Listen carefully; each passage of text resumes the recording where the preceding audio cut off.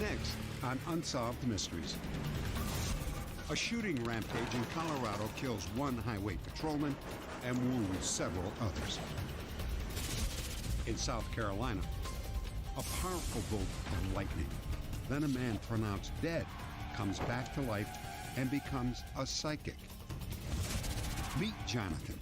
He impersonates celebrities to steal women's hearts and then their money. And auto racing legend Mickey Thompson and his wife are gunned down in the driveway of their home. Police determined it was a contract killing. But who hired the hitman? Murder, missing persons, wanted fugitives, and the paranormal. I'm Dennis Farina, and this is Unsolved Mysteries.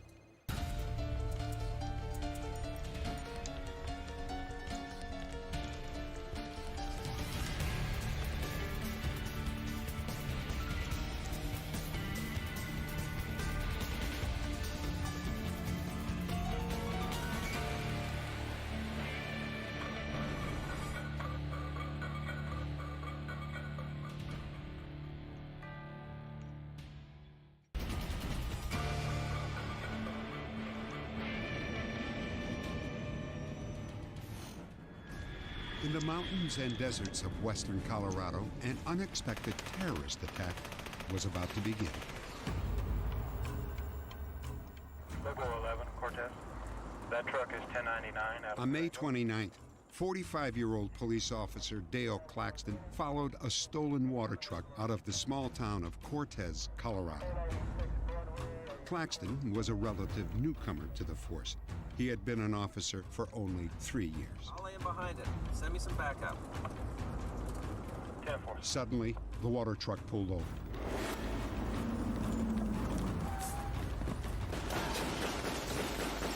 Dale never had a chance to unbutton his seatbelt, even go for the door. It was terrible. In 33 years of being in this business, it's the most violent thing I've ever seen.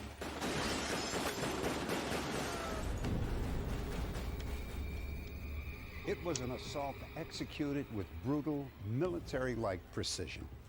Who were these people wielding AK-47s? The police had no idea, and the murder of Officer Dale Claxton was only the beginning. An APB was put out on the water truck, and the Cortez police sprang into action. But Deputy Sheriff Jason Bishop had no way of knowing the killers had already stolen another vehicle to continue their assault. I just happened to look in my rearview mirror and I see this yellow Ford pickup following me really close. That's when the shots started coming in.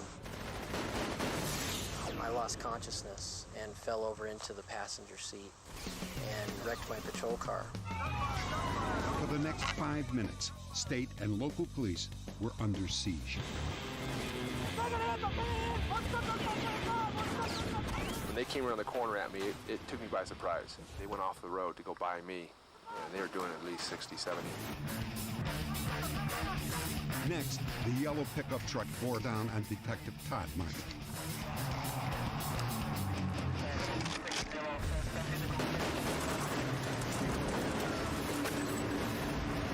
I was just overwhelmed with automatic gunfire. My left arm exploded. Martin was hit twice, once in the arm, once in the leg. Officer Jim Bob Wines saw him go down. I lost so much blood. If it wasn't for Jim Bob, I would have died out there. 9 law enforcement vehicles had been riddled with 300 high-caliber rounds. 1 officer was dead. 2 were hospitalized. It was as if they were fighting a military battle. They were dressed in military fatigues, full military gear, and as if they were going to war. An hour later, the stolen pickup truck was found in a ravine 41 miles northwest of Cortez on the Colorado-Utah border. It sparked the largest manhunt in Colorado history, mobilizing 62 police agencies. Where we found the vehicle is some of the ruggedest country in the state of Utah. Lots of Indian ruins in it, lots of mines, some deep canyons, and just lots of places to hide. Police identified the suspects in the shooting as 30-year-old Alan Pylon from nearby Dove Creek and Durango residents Robert Mason and Jason McVean, both 26. All 3 were known to have anti-government views. Though they had no criminal records, the 3 men had once tried to join a militia group, but were thrown out for being too violent. They had been going to that area for the last 4 or 5 years, had done a lot of survivalist training in that area, had done a lot of backpacking or living off the land in that area. It was like them going to their backyard. A week later, they struck again. This time, they shot and wounded a deputy sheriff in Bluff, Utah. SWAT teams quickly surrounded the area. A few hours later, the body of Robert Mason was discovered, dead from a self-inflicted gunshot wound.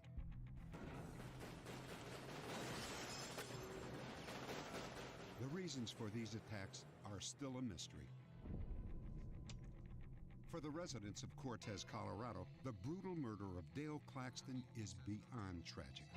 This one event has taken our innocence, taken the innocence and the safety away from all of us.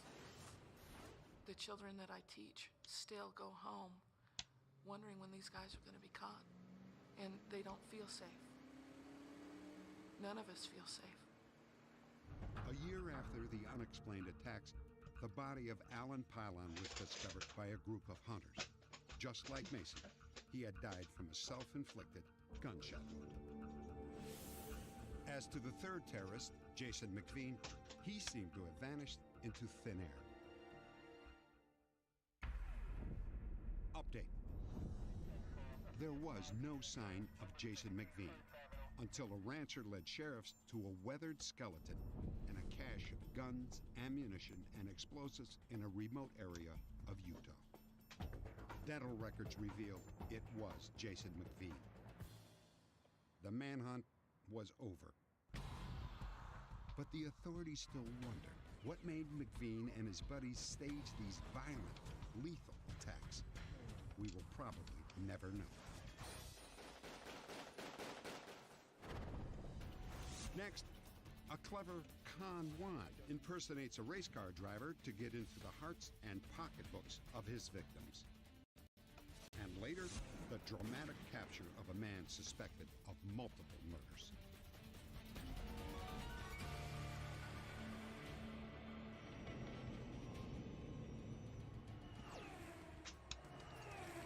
In the high-octane world of Formula One auto racing, danger and destruction wait around every curve.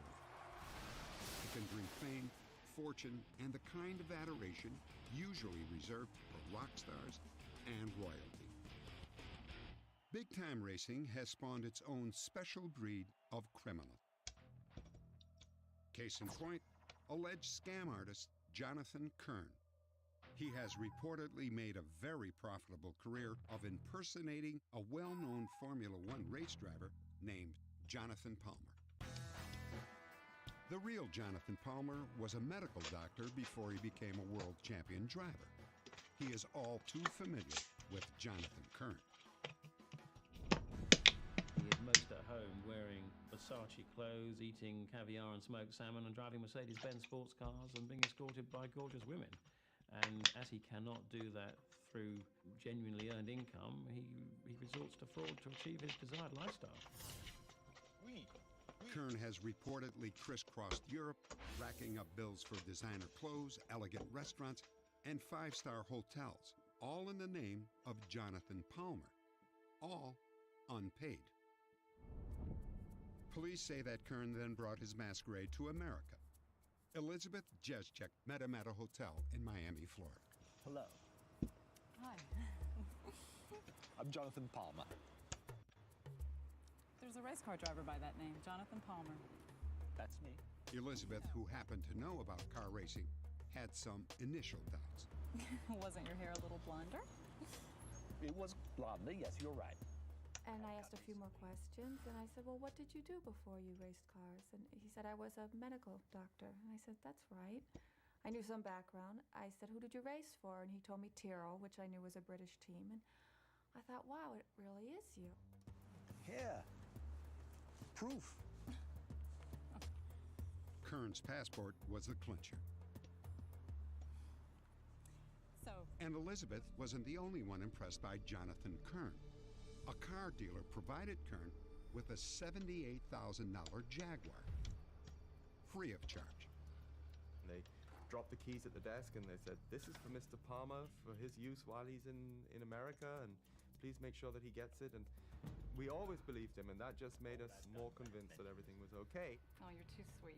No. For Elizabeth, Jonathan Kern was almost too good to be true. Don't toy with me, Jonathan. I couldn't understand intellectually why he was interested in me. I'm just a nobody, and I said to him, why are you interested in me? And he told me he just wanted a steady relationship. He didn't want the jet-set life, and he convinced me over the next few days that I was what he was looking for. Sto bene. Sto nel Elizabeth was impressed by Kern's international connections. Indeed, everyone at the hotel, from bellhops to the manager, had been totally snowed by Kern's performance. He just wove a web of intrigue around us and managed to have a very nice holiday at the hotel for 5 days and run up a huge bill in the restaurant and have bottles of champagne delivered to his room. And we always believed him, despite the fact that he was already having a little bit of a problem with my front desk about how he was going to pay his bill. Excuse me. David, how are you this evening? I'm fine. We have some business to do. In fact, he never did pay. Kern stiffed the hotel for about $3,000. Thank you for everything. Eventually, Kern charmed his way into Elizabeth's Connecticut home. She still believed he was Jonathan Palmer, still believed he had put his career on hold to spend time with her. Come on inside. Beautiful area. But Kern's thoughts had apparently turned to money, Elizabeth's money. Elizabeth says that Kern wrote her a personal check. It was drawn on a bank in Italy for 11 million lira, nearly $8,000. At the time, I was nervous about it, and the first question out of my family and friends when I told them was, did you give him any money? And I said, first I lied, and I just said, oh, no. And then once the check cleared, I said, see, it was fine. Yes, I did give him some money. But now the check is cleared and I have the money back. I've got a meeting tonight. During his stay with Elizabeth, Jonathan made frequent trips to Manhattan. He said they were business trips. As usual, he went in style. Now in a $125,000 Mercedes lent to him by a local dealer. He also carried Elizabeth's ATM card just in case of an emergency. And sure enough, Jonathan had an emergency. You're not going to believe this. My wallet was stolen. Once again, Elizabeth put her own money at Kern's disposal. You still have my ATM card, don't you? Yeah. Elizabeth never dreamed Jonathan would use the card to drain her account of cash. Look, I'm going to keep you up, Sarah. I love you. I didn't really check up on him. I could have gone through his things, but I didn't. I just continued to try and believe in him. I don't want to do this anymore. Beth, you have to have patience. Eventually, Jonathan was spending more time in Manhattan than with Elizabeth. She had a complete change of heart. You'll have your money on Monday. Jonathan cleared out the next day. Suspicious, Elizabeth began calling numbers from her phone bill, matching them with names Jonathan had mentioned. Do you know Jonathan Palmer? The answers came back the same. The caller was Jonathan Lake, not Jonathan Palmer. I mean, didn't he call you? I mean, I have your phone number right here. And that's when I knew this hadn't been Jonathan Palmer that was staying with me. Call me when you get in. I'll drive. Now I realized some of the numbers that I called were other women. He'd been romancing other women while he was in Manhattan. I had been taken. He hadn't been in love with me. He was just using me. I just felt awful. There was one final insult. Nearly a year after Elizabeth deposited the check from Kern, the bank in Italy reversed payment. The check had bounced after all. Police say that Kern swindled some $15,000. Elizabeth Jeschek was forced into bankruptcy. Jonathan Kern has been charged with forgery, felony criminal impersonation, and larceny. He is 5 feet 10 inches tall and 180 pounds. Though Kern is British, he is not the race car driver Jonathan Palmer. Put the heating on. There you go. Update. Later, in London, Jonathan Kern allegedly You're not putting conned a anything well-known together yet. fashion executive out of 10,000 Yes. British Where? pounds. Be doing She that. called the police. Yeah. He fled once again. Does it matter? If you have any information Why? about Jonathan Kern, Because please you're not log going to get on to over our the bridge website you float at if it floods. No. Hey, kitty cat. Where you been? It's none of your business. On a previous broadcast, an angry husband confronted his estranged wife at her home. You're gonna listen to me. Geraldine George ran next door for help. Her ex, Larry George, then went on a rampage. A neighbor, Janice Morris, was shot point blank. Please stop. Geraldine could not get away. Janice's boyfriend, Ralph Swain, was shot in the back of the head. In a matter of seconds, Janice Morris and Ralph Swain had been fatally wounded. Geraldine George was left paralyzed from the waist down. For more than 6 years, she lived with a bitter knowledge that her husband was still at large. Oh, there's all of it. Update. Good girl. Wilmington, Delaware. An unsolved mysteries viewer spotted Larry George on the banks of a It's local cold. river. The police moved in. The officers recounted their dramatic meeting with Larry George for our cameras. This is where we first encountered Larry George at, right here. At this time, a brief struggle ensued right about here. We all three fell to the ground here. We got back to our feet, still struggling, and at that point, we just turned and threw Larry into the water. George attempted to flee downriver, but backup units quickly cornered him, and he surrendered without further struggle. Larry George was convicted and sentenced to death. His appeals have all failed, and he awaits execution in an Alabama prison.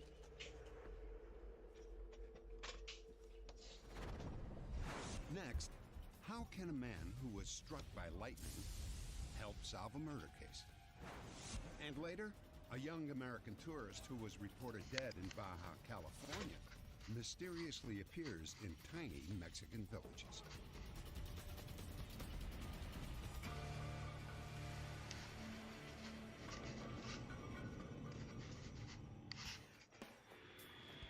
Aiken, South Carolina.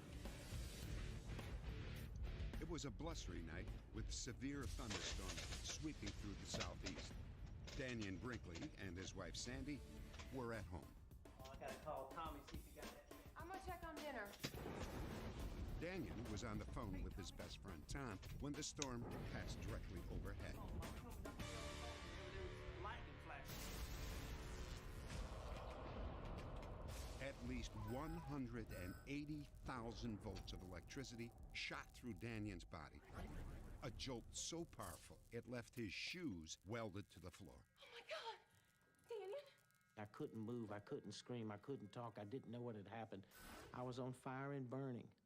And then all of a sudden, I'm out of my body. I saw Sandy checking me to see if I was breathing and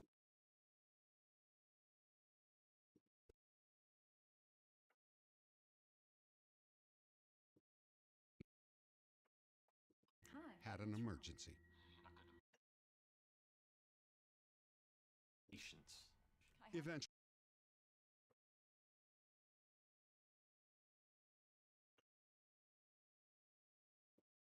$1,000. Elizabeth Jeschek was forced.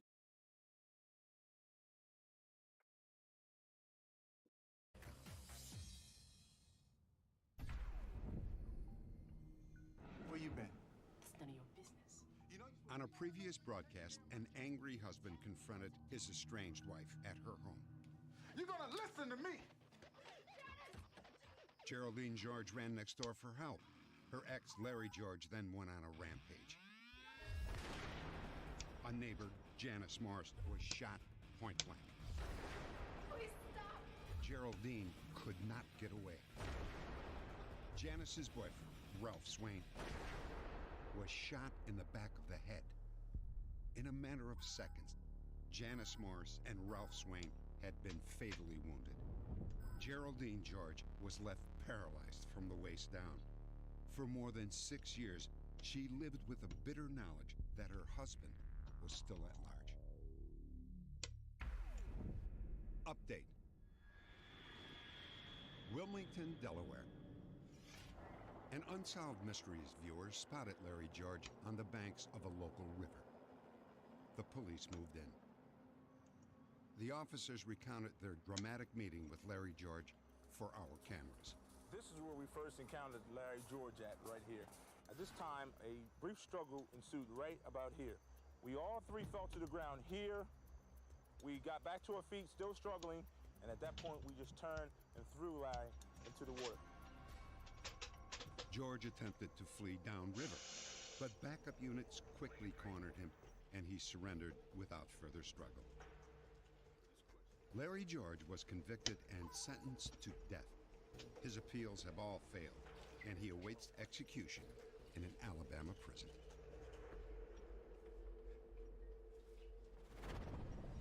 Next, how can a man who was struck by lightning help solve a murder case? And later, a young American tourist who was reported dead in Baja California mysteriously appears in tiny Mexican villages.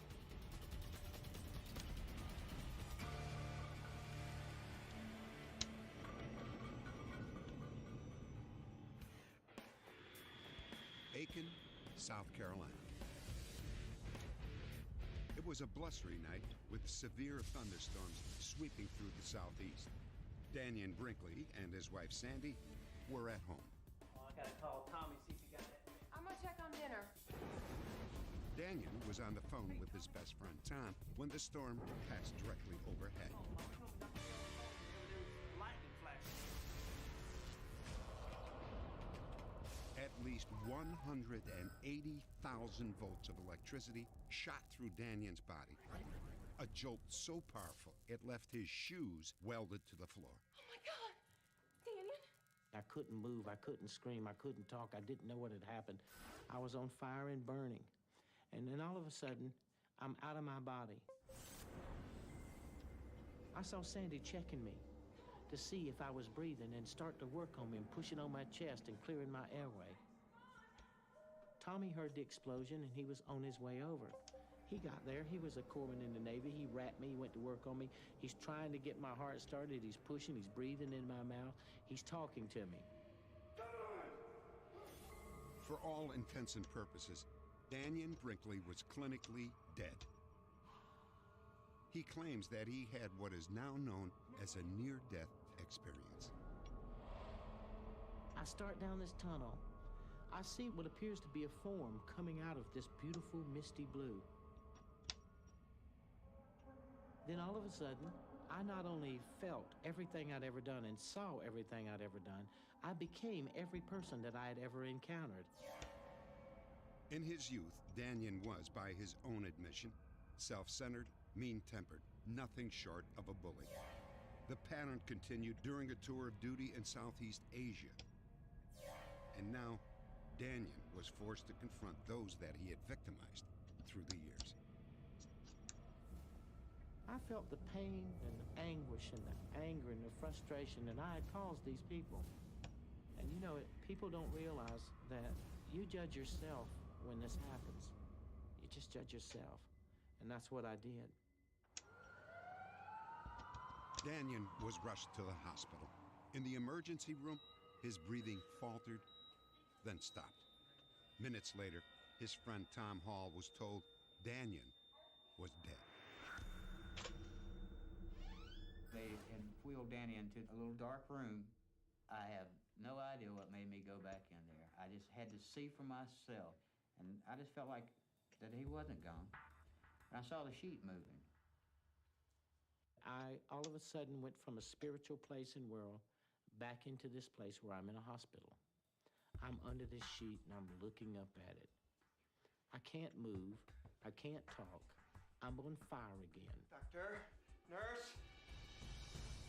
Miraculously, Dannion Brinkley returned to life nearly 28 minutes after he had been declared dead.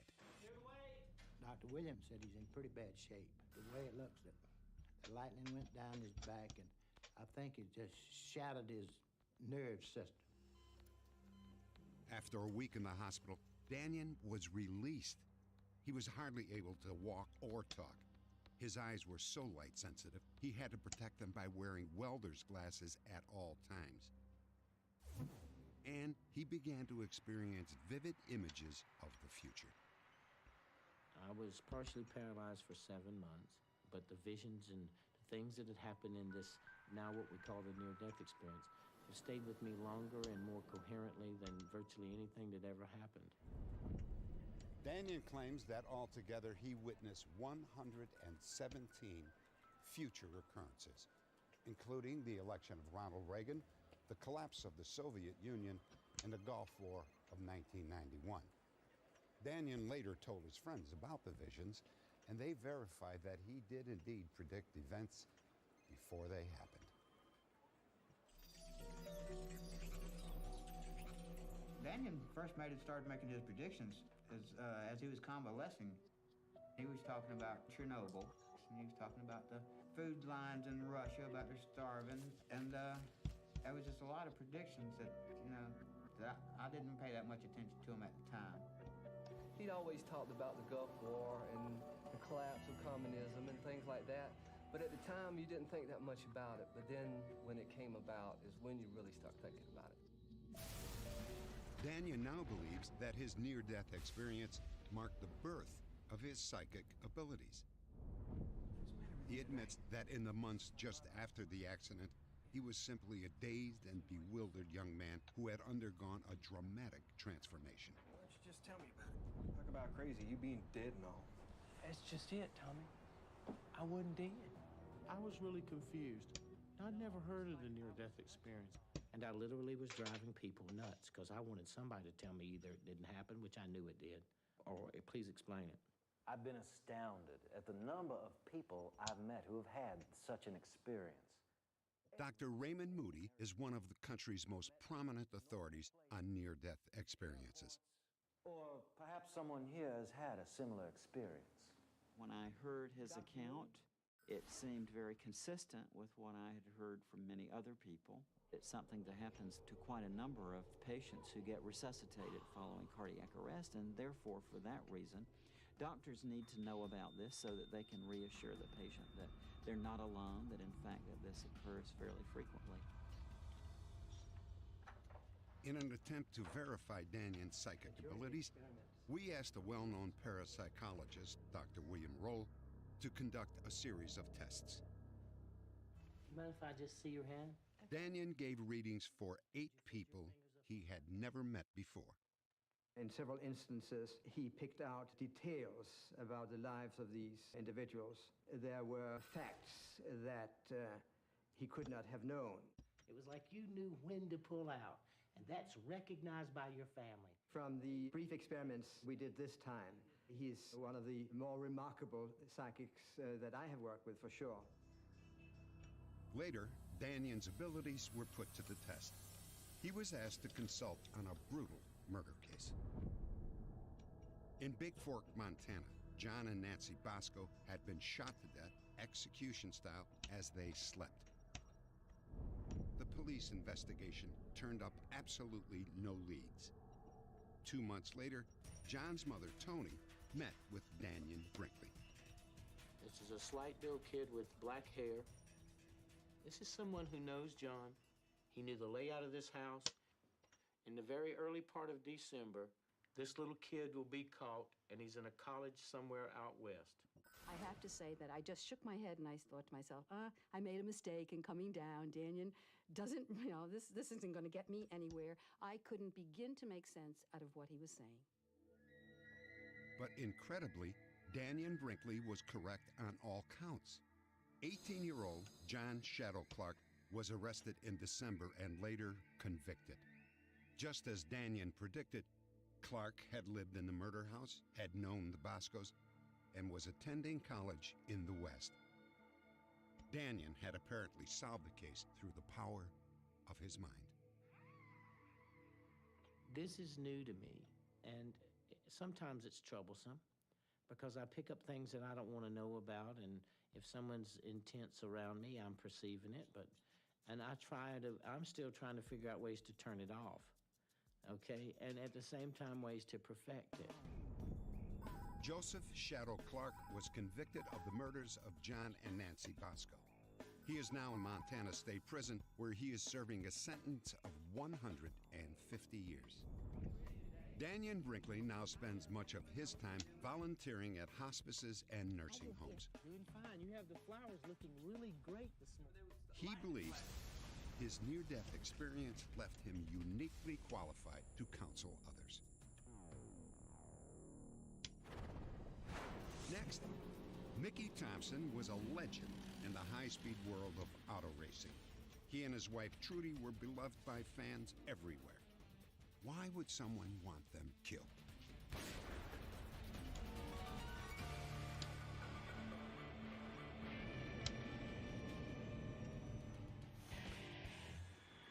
California, a place where people love fast cars and high velocity. Mickey Thompson was a legend in the world of auto racing. Cars were Mickey's life. Racing and redesigning them made him famous and wealthy. Among his many innovations were the Slingshot Dragsters. His home-built Challenger was the first car to break the 400 miles per hour mark. Mickey was also a pioneer in promoting off-road racing. A good description of my dad was he was flat out all the time and he was pedal to the floor. And he did, that's the way he spent his life. He loved to go fast and he loved racing. I think the businesses were a way to help him continue to race. Mickey's obsession with speed drove him far, sometimes too far. A speedboat accident paralyzed him from the waist down. Doctors said that he would never walk again. With the support of his wife, Trudy, he made an incredible recovery and returned to business as usual. I'm sorry again, but we've had some real Mickey's and Trudy's daily routine was just about twice as frantic as anybody else. They did not work an 8-hour day. They worked at least a 16-hour day. Mickey developed an extremely profitable stadium racing venture. But this deal with business partner Richard Goodwin went sour. It ended up in a nasty lawsuit, and Mickey said he had received death threats. He had called me on the phone, and he said, "Sis, I'm really concerned." And I said, "What's the matter, Mick?" And he said, "I'm afraid Goodwin's going to hurt my baby," meaning his wife, Trudy. Mickey and Trudy lived in Bradbury, California, an affluent rural community located near Los Angeles. Early one morning, the peaceful quiet was shattered by the sound of gunfire.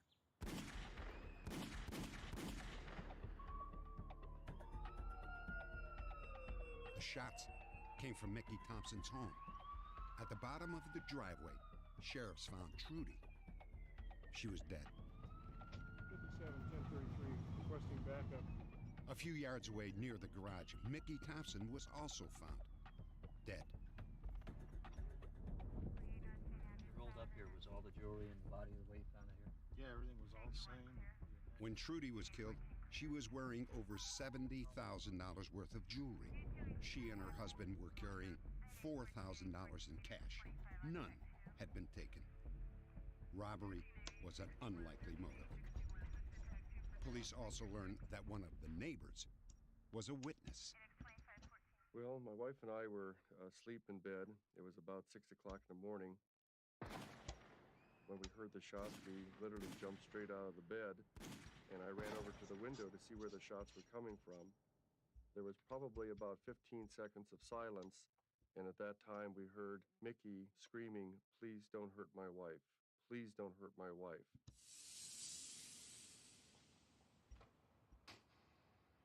My belief, when Trudy got in the van and backed it out, the people that murdered him were waiting in the bush. And Mickey just didn't have a chance. He walked right into where they were. When Mickey came out through the garage, he was suddenly confronted by two armed gunmen. One of the gunmen immediately shot and immobilized Mickey, while the second gunman approached Trudy. The next thing we heard is another series of shots, and silence again.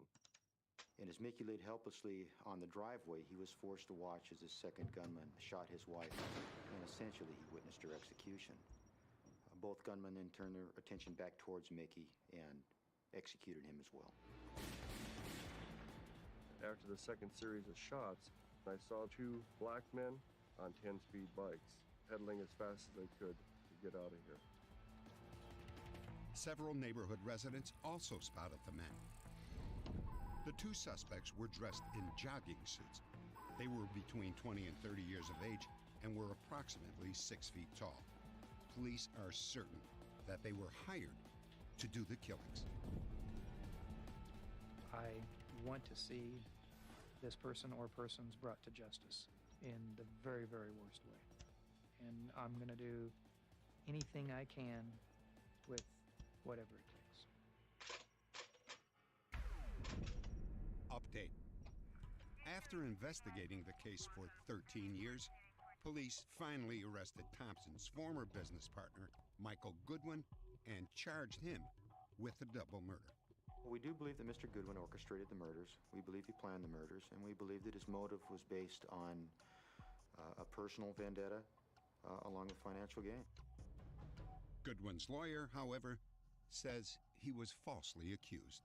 There is simply no evidence, nor has there ever been, that implicates Mike Goodwin in the murders. The key innuendo or motive has always been the alleged civil dispute between Mike Goodwin and Mickey Thompson. Mike negotiated a settlement with Mickey Thompson. There are third-party witnesses that confirm that. However, an eyewitness came forward and said Goodwin was seen sitting in a station wagon in the Thompsons' neighborhood, spying on them with binoculars several days before the murders. Michael Goodwin pled not guilty. However, the jury didn't buy his story. At his trial, they heard that Goodwin had bragged that he would, quote, have Mickey Thompson wasted. Further, he had left the country right after the murder. Michael Goodwin was convicted and sentenced to 2 consecutive life sentences without the possibility of parole. The police are still trying to identify and prosecute the 2 gunmen. A $1 million reward is being offered in this case. This is a sketch showing what the gunman might look like today. If you have any information that could help, please log on to our website at unsolved.com. Next, a missing persons case turns into a tragedy.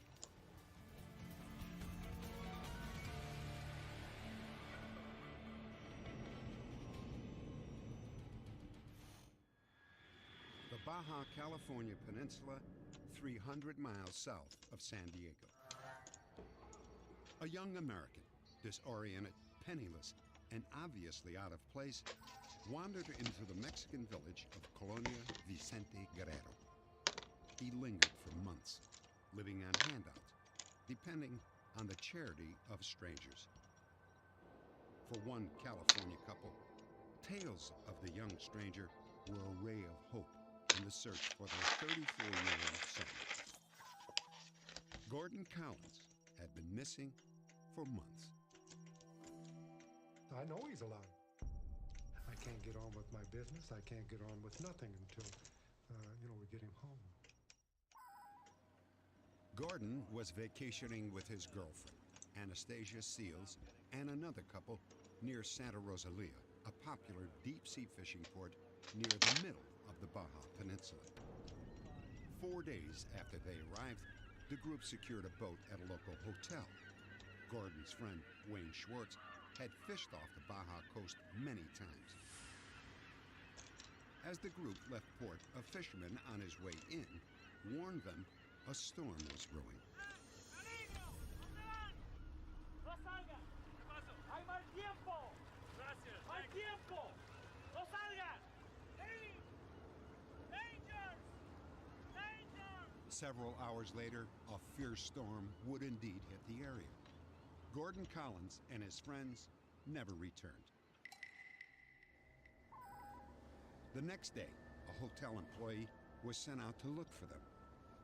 His search ended 28 miles northeast. Gordon's girlfriend, Anastasia Seals, and Wayne Schwartz were dead. But Gordon and Wayne's wife, Arlene Burlington, were nowhere to be found. The bodies and all the paraphernalia out of the boat was all within 1 square mile of each other. Because I talked to the fellow that fished the bodies out. And so we say, well, hey, where's the other 2 jackets? Where's the other 2 people? For 3 days, the United States Coast Guard searched the 250-mile area. Nothing. It seemed obvious that Gordon and Arlene had also perished. In time, Gordon and Arlene's parents were asked to sign death certificates. However, reports that Gordon was still alive had already begun to filter across the border. Some thought that he might be suffering from amnesia. His parents went south to Mexico to find out.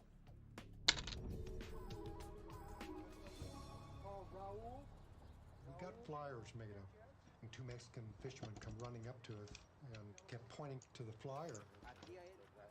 He said they seen a guy come out of the water, he just had shorts and he was all cut up, waiting there, trying to get on a bus station. I wasn't very excited. Things started fitting together because this is where the accident happened. They found the bodies just a mile and a half off of this shore. It's got to be Gordon. Around the same time, Gordon was also spotted on a nearby beach by a man named Jose Peralta. Have your blanket? Okay. Have your blanket. I'm cold. Jose said that Gordy said he was waiting for friends he went fishing with. And could he have Jose's blanket because he was going to sleep on the beach there at Cabo and wait for his friends?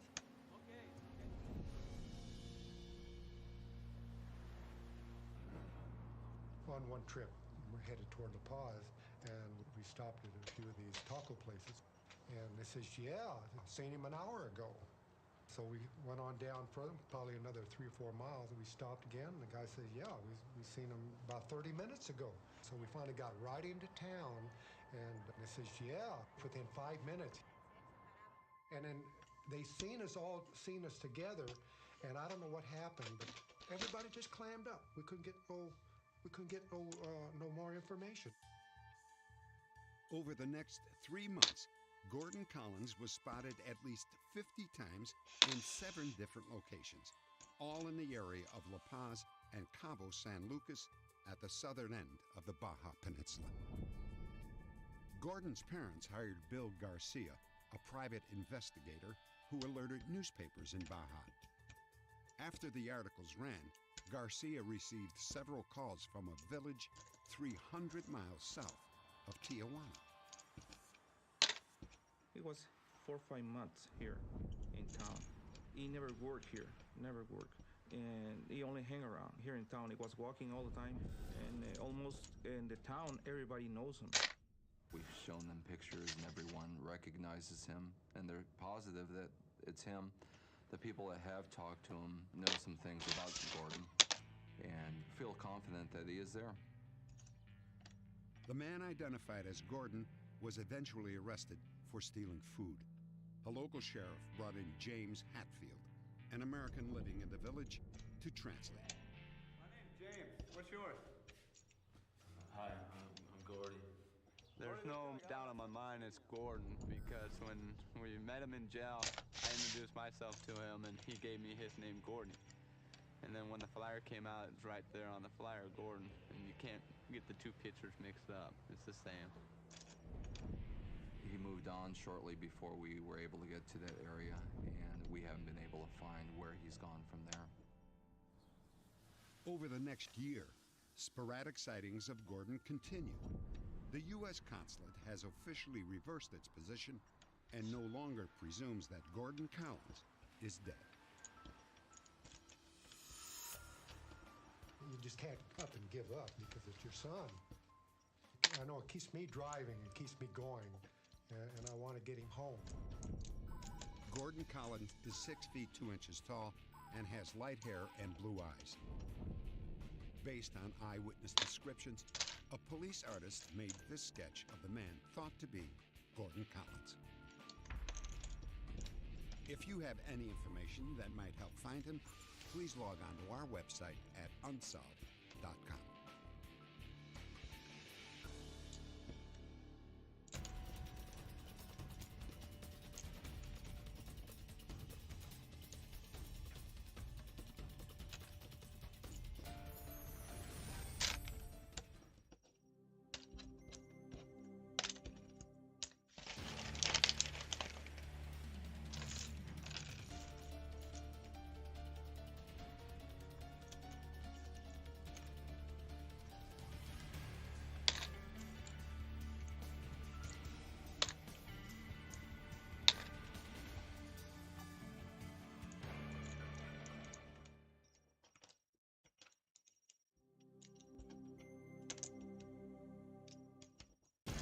Next on Unsolved Mysteries, a brothel that seems to operate with the support of the local police.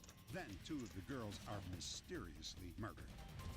Be still, devil. Now listen to the prayers. Exorcism.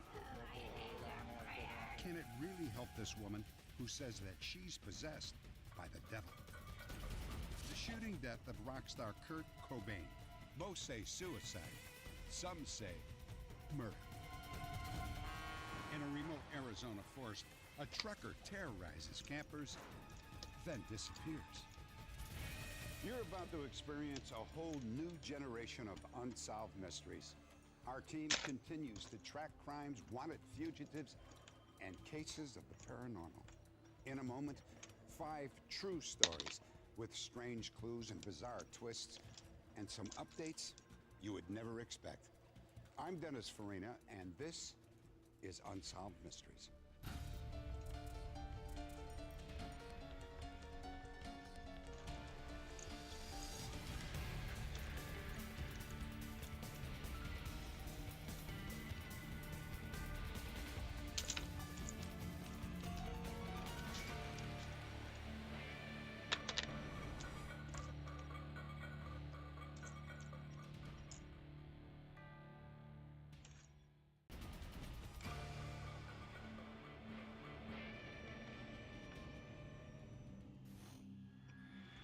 Seattle, Washington, April 8th, 1994. Music fans were horrified to learn of the death of local rock star Kurt Cobain, lead guitarist and singer-songwriter for the popular grunge band Nirvana. Cobain apparently died of a shotgun blast to the head. An autopsy later revealed a nearly lethal dose of heroin in his bloodstream. The official ruling was suicide. I don't believe Kurt Cobain committed suicide. I believe there was someone with him in that room. I believe it was someone that he knew. They were doing heroin together. I believe at a certain point, more heroin was injected into Kurt Cobain than what he wanted injected into himself. And after that point, he was shot with a shotgun once he had become totally incapacitated. There was a very thorough, comprehensive investigation done from the very beginning, and everything that the detectives encountered indicated to them that this was a suicide. We actually found nothing to indicate that this was anything but a suicide. However, this wasn't Cobain's first brush with death.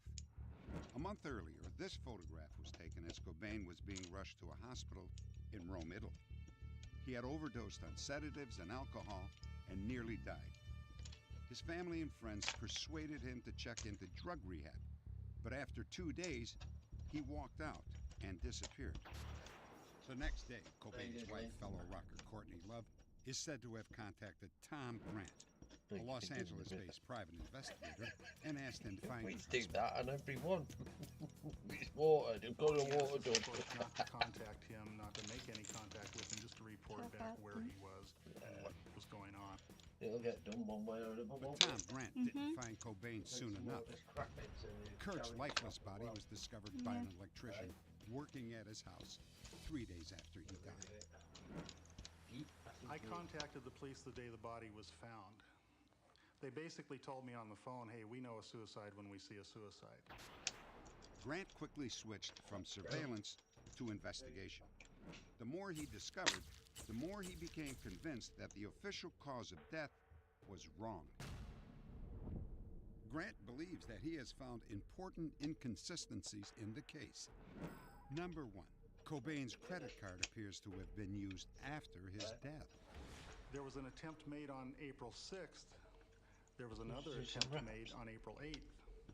Kurt had died sometime on April 5th. Who was using the credit card? Yeah.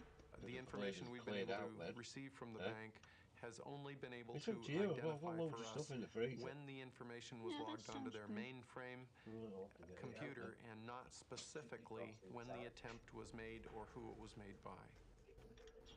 Now, after the body was discovered, 2 other cards were found in the wallet, but the actual credit card that someone was attempting to use after we now know Kurt was already dead was not found. A second inconsistency. The autopsy showed Kurt Cobain's blood contained 1.52 milligrams per liter of the tranquilizer diazepam and heroin. Some medical experts say that much heroin could kill a person 3 times over.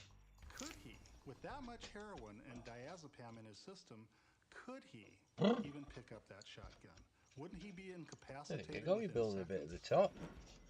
Dr. Ronald Ray inspected Cobain's body at the Yes, scene. It's really an issue of tolerance. How much is this person used to? If a person is gradually over months or years increase the dose, a person could function with that amount of drugs, narcotics, or whatever it is present in the system. Again, So much of it depends upon individual tolerance over a period of time. A third inconsistency. Police found no legible fingerprints on the shotgun shells, or the pen used to write the note.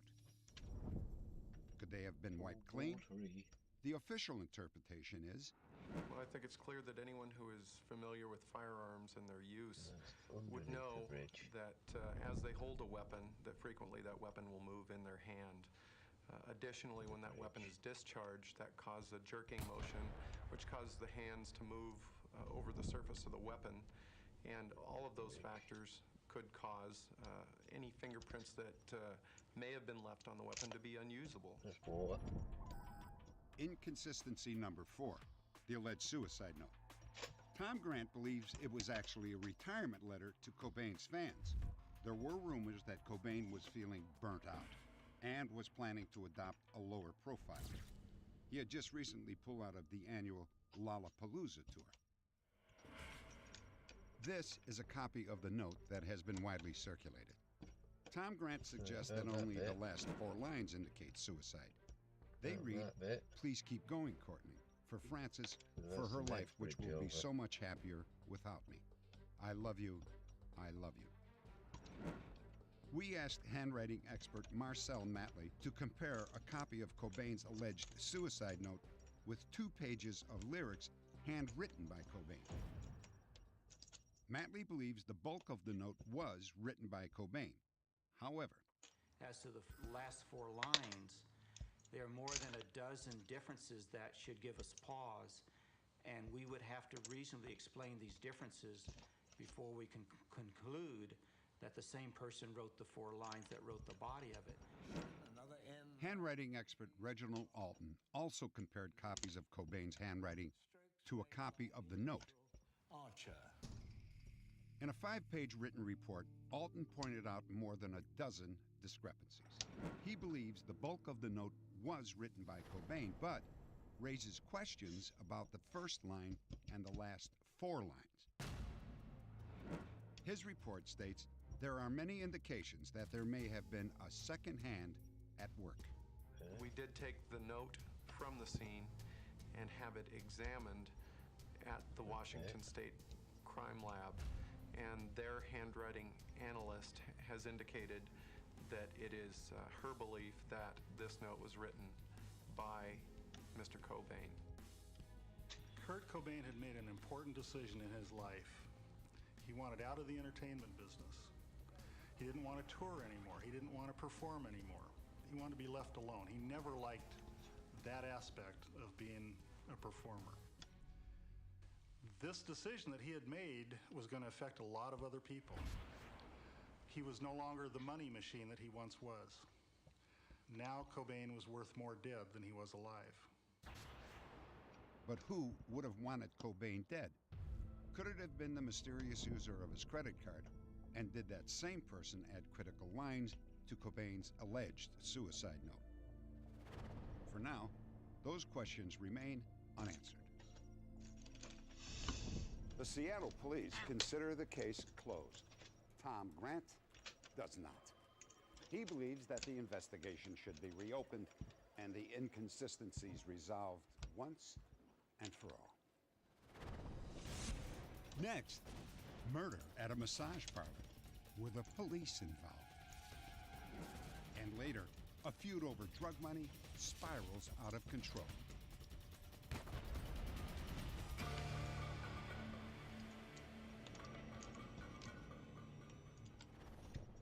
Our next story is about sex, murder, and charges that the police may be involved in the killing of 2 prostitutes. At the center of this unsolved crime is a madam who won't stop until she gets some answers. I don't think the murders were ever meant to be solved. They thought if it got solved, it would be a really big embarrassment to have police officers arrested for killing 2 prostitutes. Bring somebody the proof and the evidence needed for indictments or convictions. I will assist any agency in their apprehension. Until then, I'm not going to point fingers at anybody. Straddling the border between Kentucky and Tennessee is Fort Campbell, Kentucky. It's one of the largest Army bases in the world.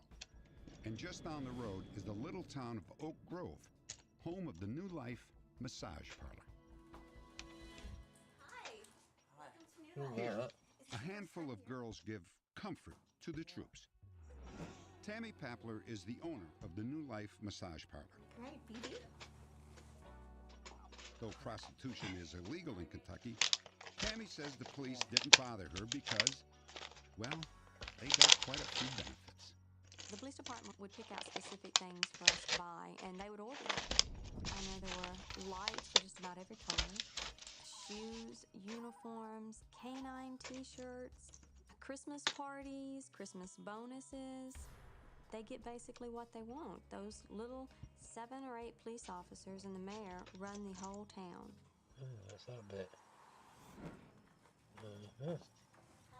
Tammy says one Oak Grove police officer, Ed Carter, took excessive advantage.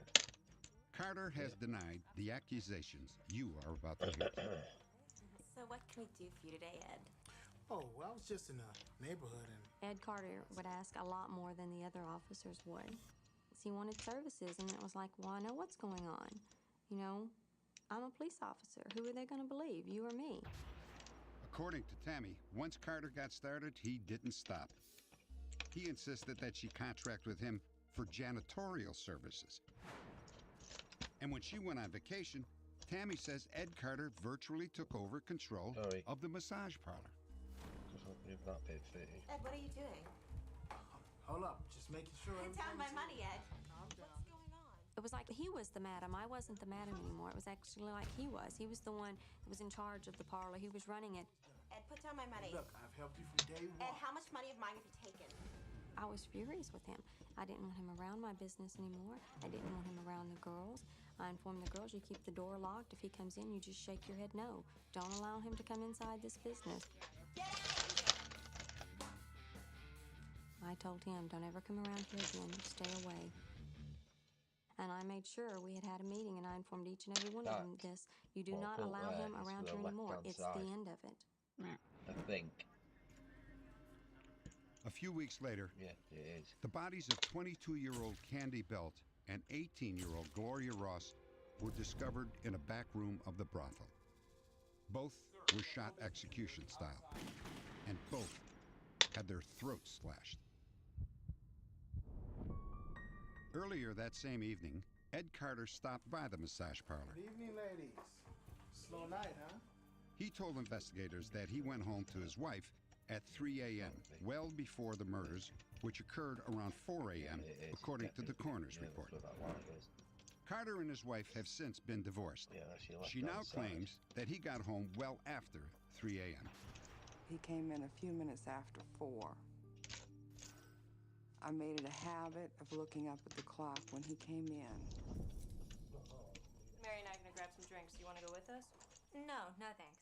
The two women were shot with a small caliber gun. Ed Carter told police he owned no such weapon.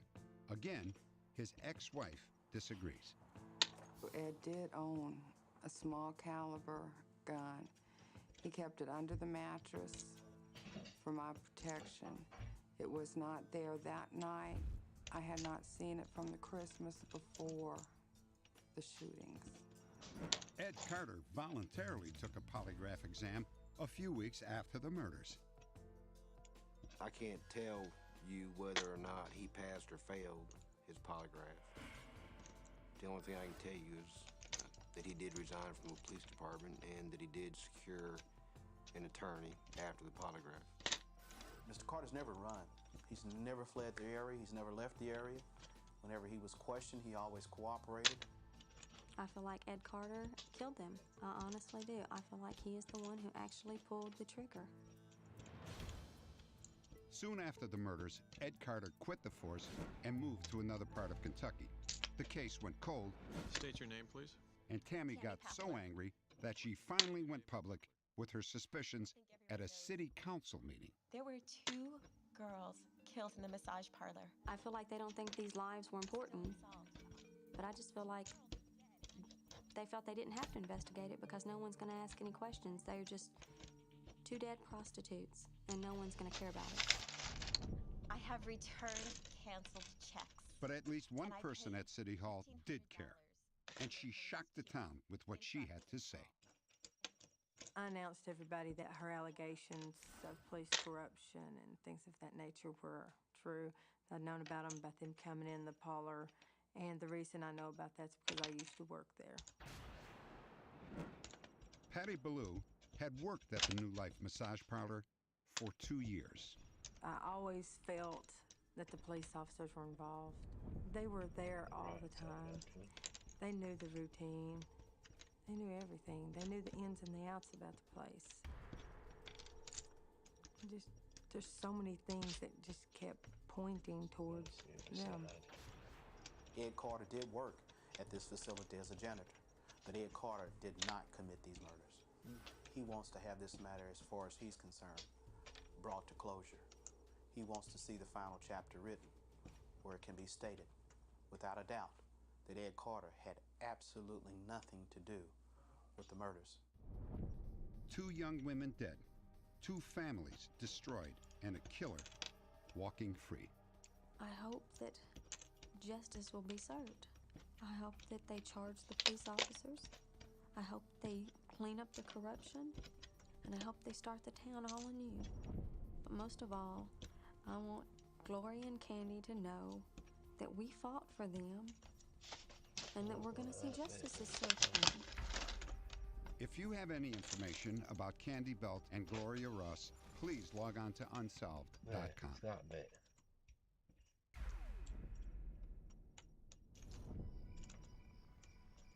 Along the edge of the water at Lake Juliet, Georgia. Michelle Cartagena and Grant Hendrickson were stopped at a popular parking spot called The Point. Unfortunately for them, it was the wrong place to be that night.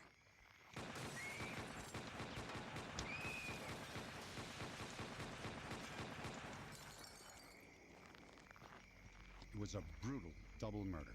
No one could make sense of it. Michelle and Grant, 2 Dean's List college students, had been killed in a barrage of semi-automatic rifle fire.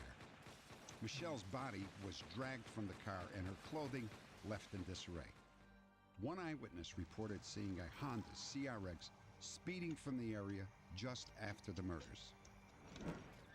At the scene, the only clues were spent shells from a Colt AR-15 semi-automatic rifle. Update. For 2 frustrating years, investigators checked the records of every pawn shop and gun dealer within 150 miles of Macon, Georgia, looking for the sales of the Colt AR-15. The first 2,000 leads turned out to be dead ends. And then one of the agents found some pawn records on an assault rifle that he was following up. When he followed up those records, that's where he located Mr. Andy Cook. 22-year-old Cook had also owned a Honda CRX. Authorities put Cook under surveillance. Within a week, he managed to get himself arrested on a hunting violation. Cook's father, an FBI agent, called authorities later that day. His son confessed to the double murder. A ballistics test confirmed Cook's guilt. Police say slugs from his rifle matched those that killed Grant and Michelle. Andy Cook allegedly told his father that something or someone took control of him that night. Still, the jury found him guilty on 2 counts of first-degree murder. He was sentenced to death. Wraps. Mm. The pizzas, you have a Next, cheeseburger with a whatever, I teenager don't is know. snatched off the street by his friends and held for ransom. Then everything goes wraps. wrong.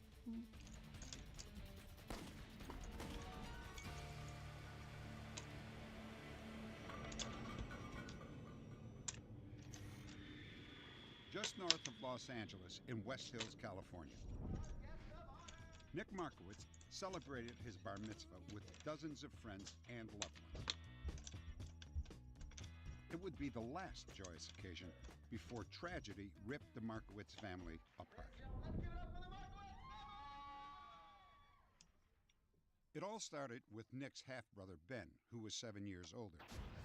For most of his life, Ben was in trouble. And soon, young Nick would be dragged into a world of drugs and betrayal.